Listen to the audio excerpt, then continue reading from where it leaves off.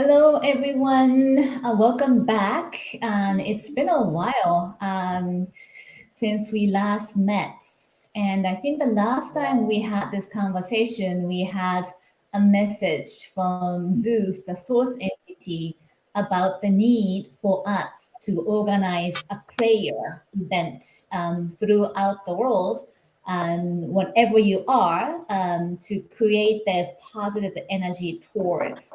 peace, especially at this time of turmoil. And I think we haven't met since, so perhaps we will once again, we have Nico and Yuka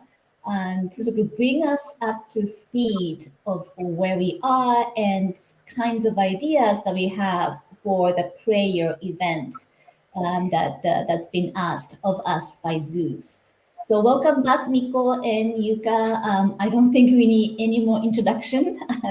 So perhaps, we go right ahead and start and ask Miko and Yuka to sort of give us where we are. I'm sure a lot has happened since. Over to you. じゃあお願いします。前回のメッセージのところで世界中でお祈りの場を作ってくださいということだったと思うのですが、それからもう3、4週間経ってるかな。どんなことが起こったでしょうか。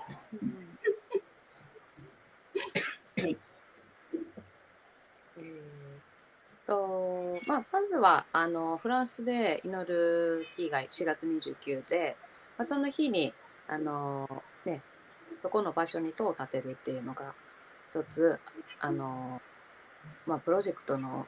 目的だったんですけど、もともとの。でその塔を建てるっていう部分でマリア像を彫っていただく流れになって、で日本の石工さんにマリア像が完成したので、当日までに。でそれを建てるのと、あと日本から集めた祈りの石も、300個ほどね集まったので、それを運んで4月29日にはもう塔を建てることを完成させ、去年の5月15日にハワイ島で建てた塔とつながる世界の8本の塔のうちの1個がその日完成するような流れにはなってますね。で私たちはその塔を建てて、そこで4月29日にお祈りすることになるので、その時に各地でみんなでお祭りをして4月29日にお祈りをするっていう流れになっているので、日本ではもう何か所か日本のいろんな地域でそれもやっぱり日本の中でも結構パワースポットなところでお祭りを開催するっていう流れになってます。はい。はい。Right, so remember that in addition to or in parallel to the message from Zeus about the global prayer events, there has been the continuation of the Stone Tower project, right? Building on what we did in Hawaii last May. And remember that the next location was going to be in France. And specifically, the plan has been to build the second tower. One of the 8 additional towers to be built in France on the 29th of April. So that'll be next week. So that project has been progressing, and there will be the prayer ceremony in France, southern France, on the 29th of April. And Jajan, we do have a statue of Mary carved and completed in time for the ceremony. And in addition to that, we also gathered about 300 stones that the colleagues in Japan collected and sent over with the prayer for peace for the event. And that stones will go together with a statue to be built in France. So since this event, the prayer event has been already planned for in France on the 29th of April, that idea is now to build on the date and made the date also for the global prayer celebration day. And there are a couple groups throughout Japan located in sort of some of the sort of so-called power spots, very spiritual locations throughout the country, already planning for a prayer event on that day. So that, in a nutshell, has been on track, especially in France.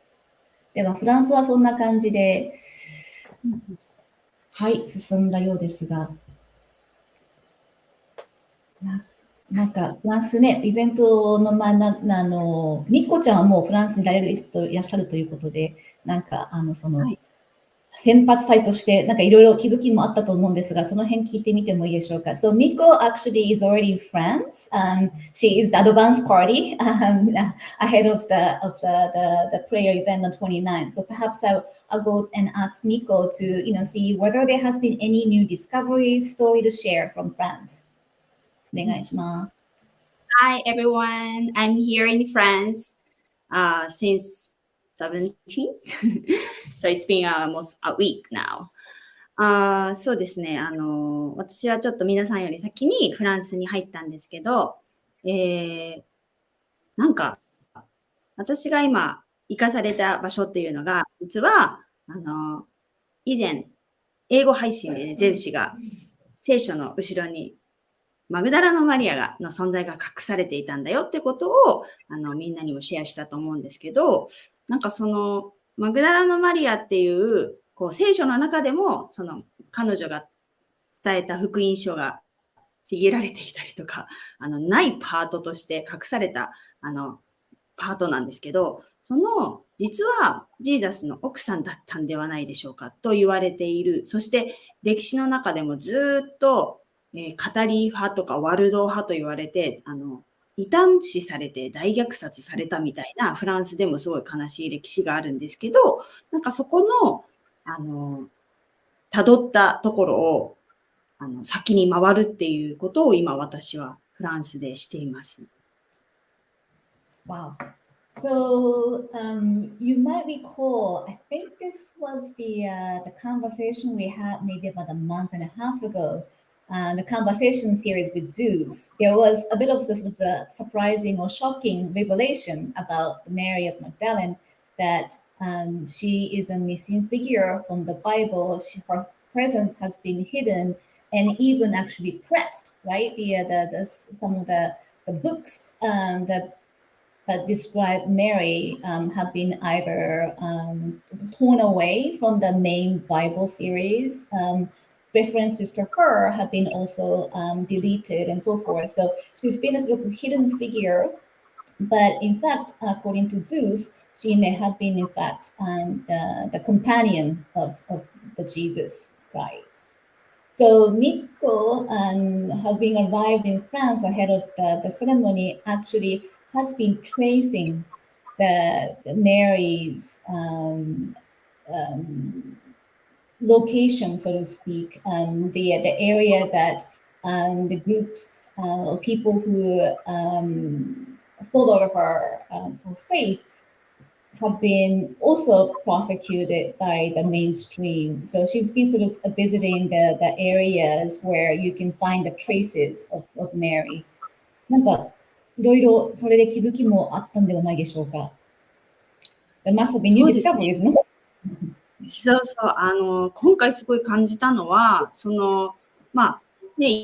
異端視されていた方々と、その時代はそうだったみたいなんだけど、とにかく行く場所、土地にものすごい祈りの力が入ってたんですよ。そう。で、それがすごい体感としてあって、で、結構なんか、大体日本でもそうなんですけど、山の上に登らされたりとか、本当になんか洞窟だったりとか、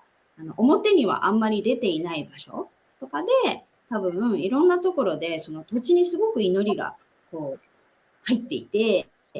で、だからそこの場所に行っただけで、きっとこの人たちこういう感覚でお祈りしてて、そして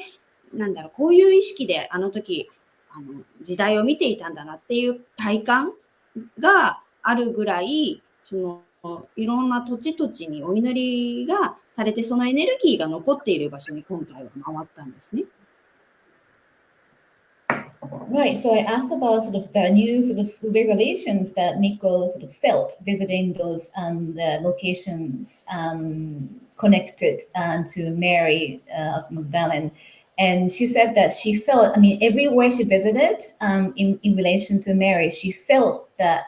power and the energy of the land, of the place, of the location. So it's almost as if she could sort of, and those places were usually hidden either in caves or top of the mountains, difficult place to get to.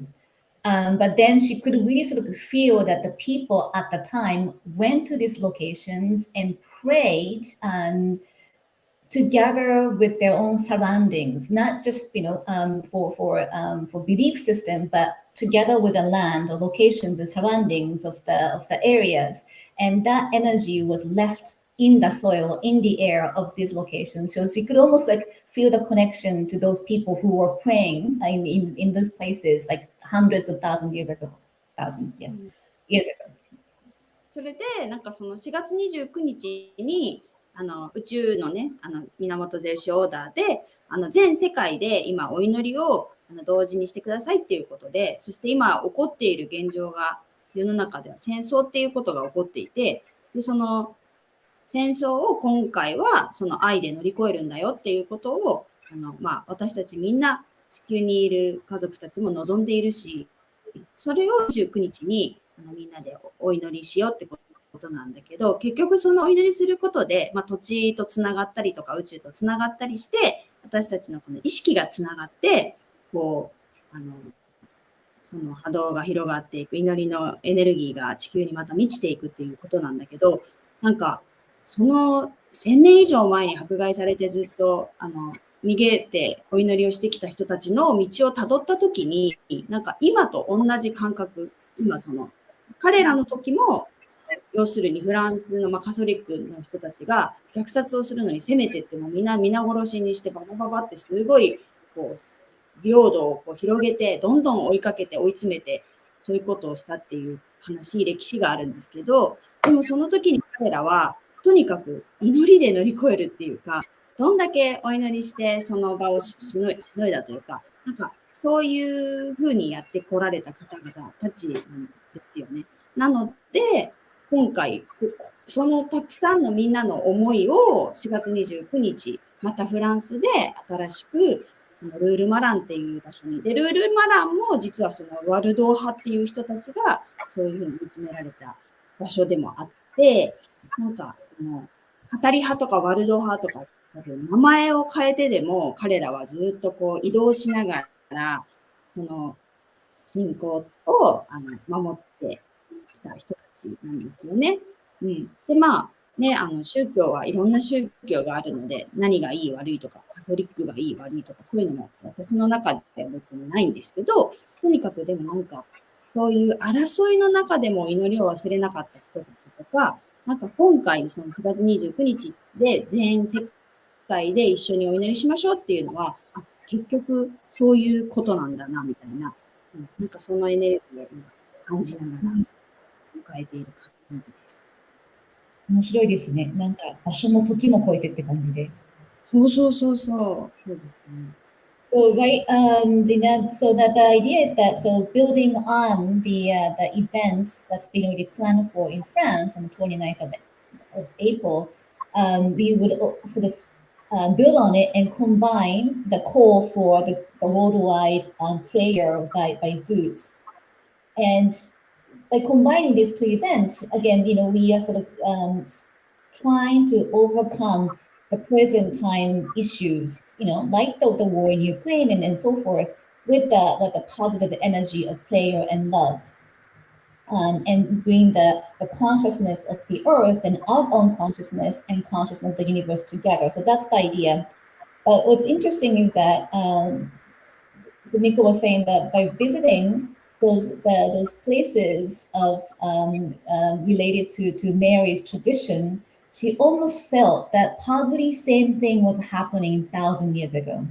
The people who prayed in these locations were escaping from persecution, from the colonization by the mainstream. And they were subject to discrimination and violence and persecution. And to sort of get away from it, they really relied on the power of the prayer. And the prayer was their refuge, so to speak, the internal and the refuge. And places that she visited, and again the place for the prayer event on the 29th, Royal Marine in southern France, you still find those, the survivors or the followers of the particular sects that endured these sad history, and they sort of try to overcome that sad history with the power of the prayer. And it's really not to say that we are against this particular type of religion or we were against the Catholic mainstream and so forth. It's not about that at all, but it's about overcoming the divisions with the power of the prayer that brings us together once again. And it's interesting that we're talking about this connection across locations, right? I mean, by having the simultaneous prayer events on the same day, but we're also sort of making connection through the time horizon, that we somehow sort of building on the reviving the history of the prayer from 1,000 years ago. That's very interesting. ありがとうございます。いろいろね、日本でもじゃあ同じ日にねお祈りのイベントが予定されているということですが、なんかどんな感じのイベントを、なんか音楽とか踊りとか、なんかどんなアイディアが出てきているのか教えていただけますか。So there have been some, I think the prayer events planned in different locations in Japan. So I'm going to ask, what kind of events that people have been planning for? Maybe it's about music, or about the dance or festival, just to get us some ideas. お願いします。はい。本当にいろいろなんですけど、場所は神社でやる方もいたり、自分たちの土地でやる方もいたり、カフェがある場所の敷地内で、集まってやる方がいてて、で今回はこう一つ火を焚いてほしいっていうのをお願いしてたので、結構みんながこう火が燃やせる場所を探してくれたっていう感じなんで、キャンプファイヤーのイメージで。で踊りダンスもありながら、その各々の自分たちがこれをこう祈りにしたいっていう歌だったりとかで、その祈りの形もいろんなものがあるので、日本の神道系の祝詞とかフラだったりとかハワイのそういう折を奉納するっていう形だったりもするんですね。であとは、マルシェをやったりとか、で紙芝居をやったりとか、それもその土地の神様の紙芝居とか、本当に日本のお祭りみたいな感じでやる方もいれば、シンプルにここの場所でその時間1時間2時間だけ集まってみんなでお祈りしてから、その後はちょっとご飯食べに行きましょうっていう感じの人たちもいたり、すごいただイベントと祈りを合わせてやってくださってる方が今回多くて、なので日本のお祭りでそのイベント的な要素とかセレモニー的な要素とか全部ひっくるめて、でみんなでご飯を食べてお食事会、それが全部ひっくるめてお祭りなので、本当日本の祈りのやり方をみんなが新しい感じで地域でやってくれてるようになってます。Sounds so much fun. So there are basically different forms of prayer being planned on that day. Some groups actually do the prayer at shrines, like a very traditional way. Some get together on cafe, or some try to do the local markets on the day. Others try the dance or just sing song together. Some try the Japanese Shinto chanting. Others do fula. Some do the story time about the gods and then their histories, or some just do the get together and pray together and have lunch afterwards. So very different forms, whatever works for each location. But sounds like fun. But I see one thing that Yuka said that I want to also pick up on a little bit. Apparently, so the specific theme for the prayer on this day is the fire, to burn a fire. And I think that is a defining issue for people to plan where and how to organize a ceremony. So let me ask about this fire element. 今回その火を焚くというのはどういったテーマなんでしょうか？火は、いろんな要素があるんですけど、例えば日本だとこう火を焚いてセレモニーすることでそこの魂を上に上げるっていうようなですし、あとはなんですかね、厄除けとかでそうやって火を焚いてセレモニーするんですけど、そういう意味でこう魔除けとか浄化の意味もあるんですね。で今回その土地のこう人たちの魂とかもきっとお祭りには集まるので、そうやって火を焚くことで上に上がっていくっていうのもあるし、もう一つ大事なのが自然とつながるために祈りをするときに火を焚くっていうのは、その土地で火を焚くことでその土地にエネルギーが入るんですね。火のエネルギーが。そうするとちょっと見た目では変化はないんだけど、エネルギー的にその土地が振動するんですよ。火のエネルギーで。そうすることで、例えばその土地に封印されている、まだ眠っている竜とかの存在がいると、そのエネルギーで呼び覚ますとか活発になってくるし、土地自体もその振動数が入ることでちょっとこう枯れてた土地だったりとかすると元気になっていくっていうので、なんかこう人の体にお灸を当てるような感じですよね。火の流れなのでその土地に対して火を入れる必要があるねっていうところはそうやって土地に火の振動数を入れてあげることで目覚めさせてあげるっていう効果があって、その周りで人が祈ったり踊ったり歌ったりすると人のそのエネルギーもこう土地に入っていくので、今回は土地に火を入れてあげるっていう活性化してあげるっていうのが結構強い。So I asked about this fire element, whether there is any specific meaning for it, particularly on this occasion. And Yuka said that the sort of upward movement of the flame and smoke really sort of also translates into energy going upward towards the heaven, towards the universe. So there is that the ascension element of it, one, and B, of course, the cleansing, right? I mean, we do burn like sages and so forth through the spiritual ceremony. So there's a cleansing element of it. And there's a third element that is that used to connect with the earth. And in particular, the power of the fire, the flame, creates a vibration into the soil, into the land, into the earth. So it sort of like reawakens the land you're in, and whatever has been sleeping right in the area can also be rewoken and be part of us again. So there is the third element, connection to nature and reawakening of what's been sleeping hidden in that area. It's interesting because I think the last time we had this conversation, I think Miko was talking about ancient dragons in the Celtic land. So let me ask about that too.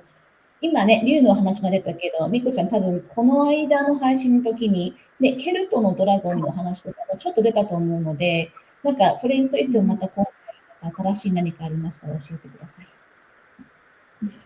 今回もすでにすごい面白いことが起こってて、2月11日にね、そのケルトのドラゴンの目覚め、封印を解いて目覚めなんだよっていうことを、セレモニーでさせていただいて、そこからレムリアが浮上すっていうことをゼウスが言ってたんですよね。でその古代のそのレムリアのエネルギーに地球がどんどんなっていくんだよってことをおっしゃってたんですけど、で、フランスに来て、で、いろんな、直感でいろんな誘われる場所にこの1週間ぐらいも回ってたんですけど、あるレンヌルド・シャトーっていう、実はダヴィンチコードで、ダヴィンチコードの元になる聖書の裏側とか解読されているある場所から地下から出てきたんですよっていうモデルになった場所があるんですね。お城があって教会があるんですけど、そこの場所に行った。そこにそのマグダラのマリアのこととか、なんかこうジーザスの聖杯の話とかいろんな秘密が隠されているっていう場所に行った時に、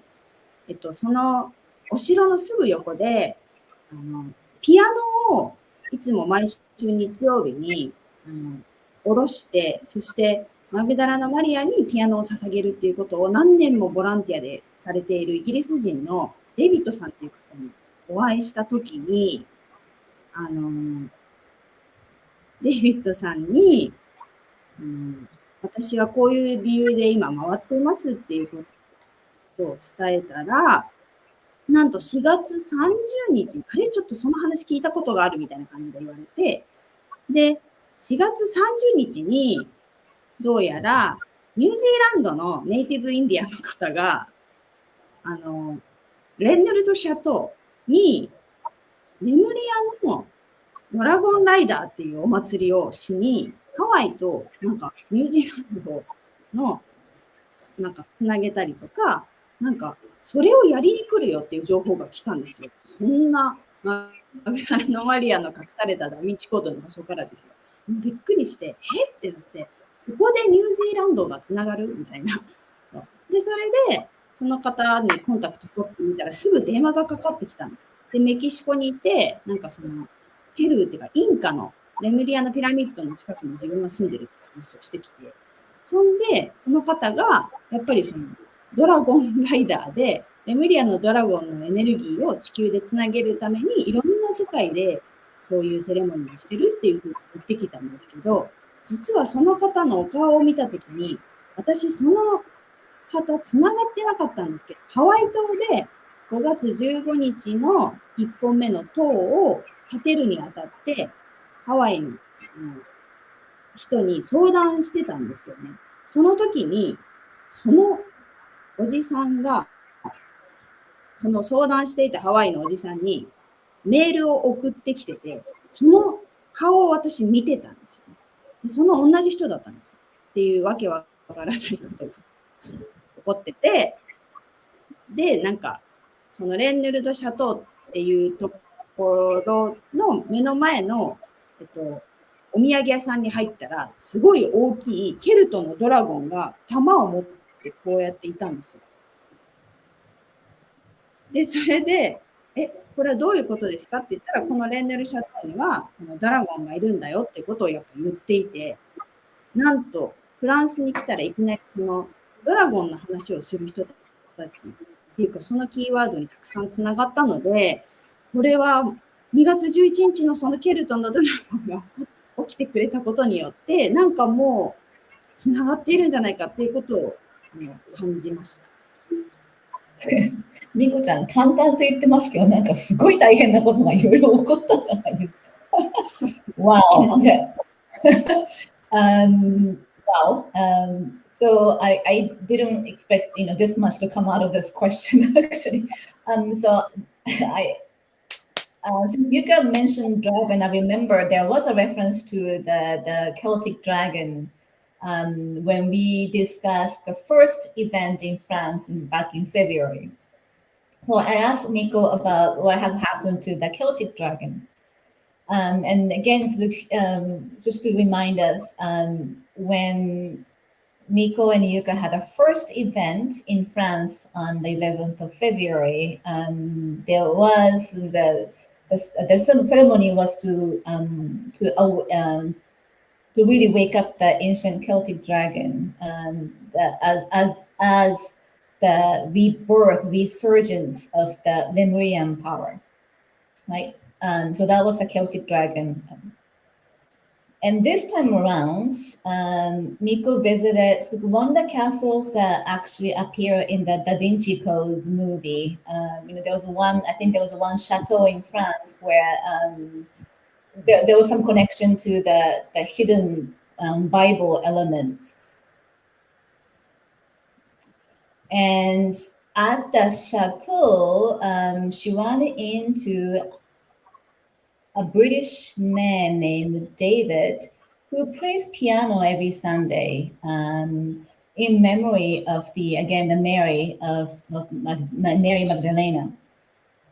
And speaking to David about why Miko is here, what her mission is, David then tells her that,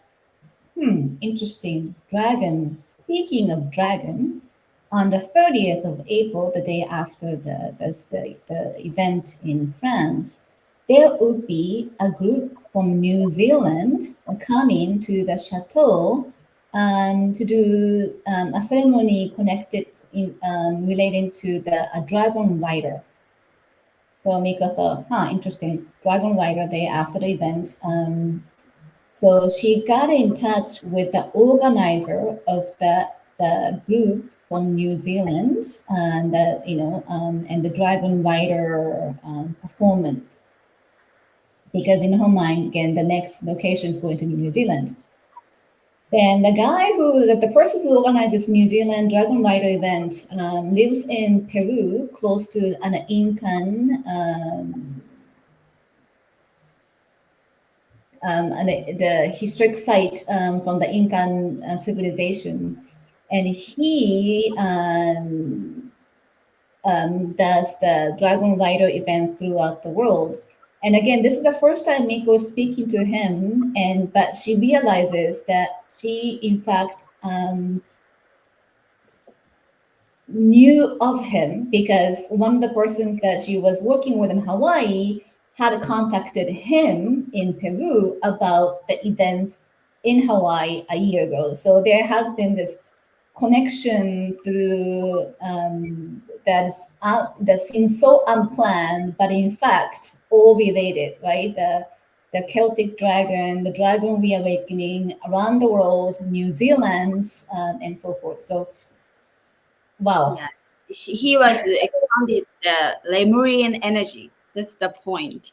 Yeah, that's why I thought like everything is connected. He mentioned about Lemuria, New Zealand, and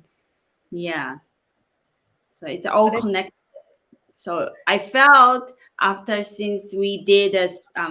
February 11th celebration after Celtic Dragon as awakened, it's already, he's walking. That's what I felt. You see his footsteps everywhere you go. Yes. Wow. So speaking of that, this it goes beyond the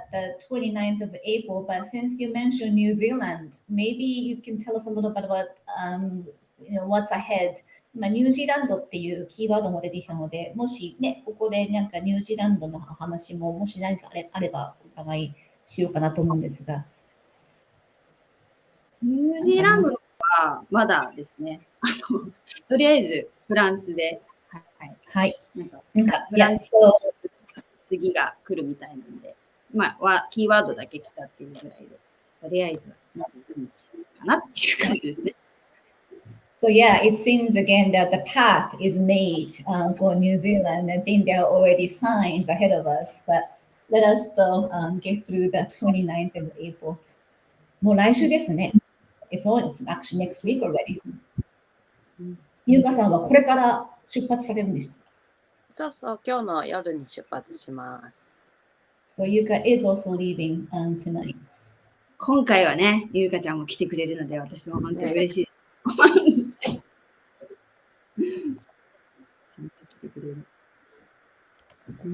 そう、じゃあなんかまた来週なので、もしこの場でね、英語圏でももしなんかやってみようかなって思う方がいたら、どんなメッセージがありますかね。So since 29th is already next week, and again, as they said, it can be any form of festival or the celebration prayer. So perhaps maybe some tips of what we could do on our own next week. 何か、何でもどんな形でもいいということだったので、なんか。そうですね。祈りは4月29日にしてほしいっていうことだったんですけど、そのそれぞれの土地の一番太陽が高い時間にお祈りの時間を取るようにっていうことで、こうイベントをやる感じの方とかだと、例えば4時間とか5時間とかお祭りをやってくださるんですけど、その中でも太陽が一番高くなる時間だけみんなでしっかりとこうお祈りをするっていうような。でフランスも、フランスの時間だと1時40分ぐらい、13時40分ぐらいだったので、その時間にはお祈りを一番こう大事なポイントでするような感じになるので、ちょっとその場所によっては日付も時差で違う一日作れる場所もあるかもしれないですし、時間もそれぞれの場所で微妙に違うと思うので、今回は日付っていうところだけで設定されたのと、太陽っていうところで設定されているので、その土地の人たちのリズムで祈っていただけたらいいかなと思います。So yeah, I asked if any of us, you listening and want to also do something on the 29th, what would be the key points? So you guys' suggestion was that again, we would like it to be the 29th so that we sort of coincide all together. But given the time difference and so forth, it can be really sort of locally organized in that it would have to be on 29, and then we do pray at the time when the sun is at the peak and at the highest location highest place in your location. So for instance, in France, it would be 1:40 p.m. in the afternoon, and that's where they will do the prayer ceremony. But as long as you can catch that particular time of your sun's peak, when the sun is peak in your location, and have a moment to pray, that would be great. If you want to do something with your friends and organize something a bit more festive, I mean, of course, you're more than welcome to do it. But yeah, that's really the only requirement, so to speak. Pray at the time when the sun is at the peak in your location on the 29th of April. Or if you can make a fire, either candle is fine too. Yeah, the fire element can be a small candle burning in your room, or candle with your friends, or. では、そろそろ私は次に移動しないといけないんで、最後になんだっけ、皆さんにその4月29日に建てるマリア像を写真を素敵です。Oh, so this is the statue of Mary that will be built in France on 29th. So this is carved specifically for this occasion. じゃあこの像について一言。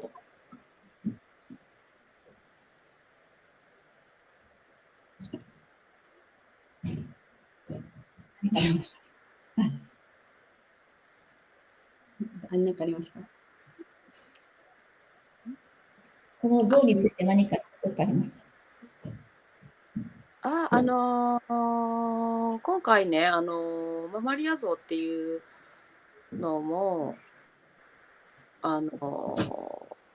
イメージって宇宙からもらったんですけど、その形自体には最初はこだわってなかったんですね。ただけど、最終的にマリア像になって、で作ってくださった方にマリアが自分のハートに手を当ててる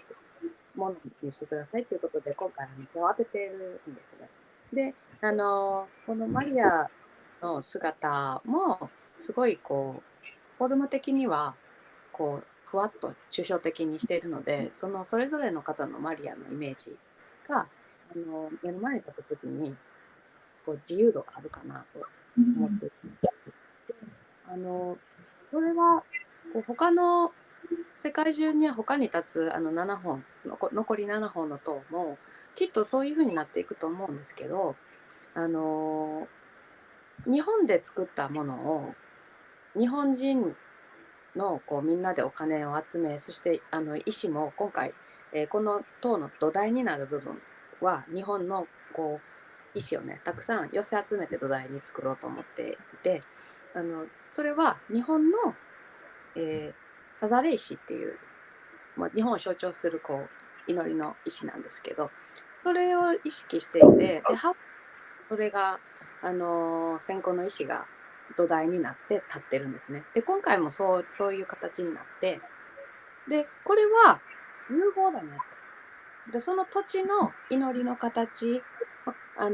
宗教の大事にこう祈られてる形と日本のこう祈りの形、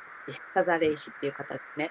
でそれと融合した塔になって、ハワイもそうだったので、今回フランスで結果的にそうなった時に宇宙がやりたいことっていうのはそこの土地の祈りと他の国から来た祈りがこう融合してもみんなで祈れるよねっていうこと。やっぱりそして4月29日世界中で祈りましょうっていうのもこうそうやってその時祈りが必要だってなった時にこう融合しながら祈りが異なっても異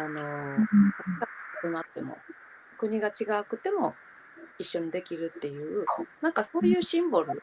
に、フランスに立つこのマリア像っていうのは、なんかこういう調和と融合とのこうシンボルみたいなこう形になるのかなと思ってます。Right, interesting. So I asked about this statue, right? The statue of Mary, which was carved for a specific occasion. So this statue, it's very symbolic. It's not detailed in a way that so whoever looks at it can feel. You can form your own relationship to the statue. It's not defined for you, but you can sort of you can have your own relationship with the statue. So it's very sort of yeah, it's not detailed, it's not imposing, it is not defined, and all it does is really sort of holds your heart. So that's the frame of it. This statue is going to be built on the stones, as mentioned, collected from friends throughout Japan. There are about 300 of them now. So there will be those stones collected from Japan and the statue on top, and the foundations are going to be there's many pieces of stone. That, in a way, is also very symbolic of the theme of these prayers. And there will be 7 more towers to be built, and it will follow the same pattern in that. So the statue represents the belief.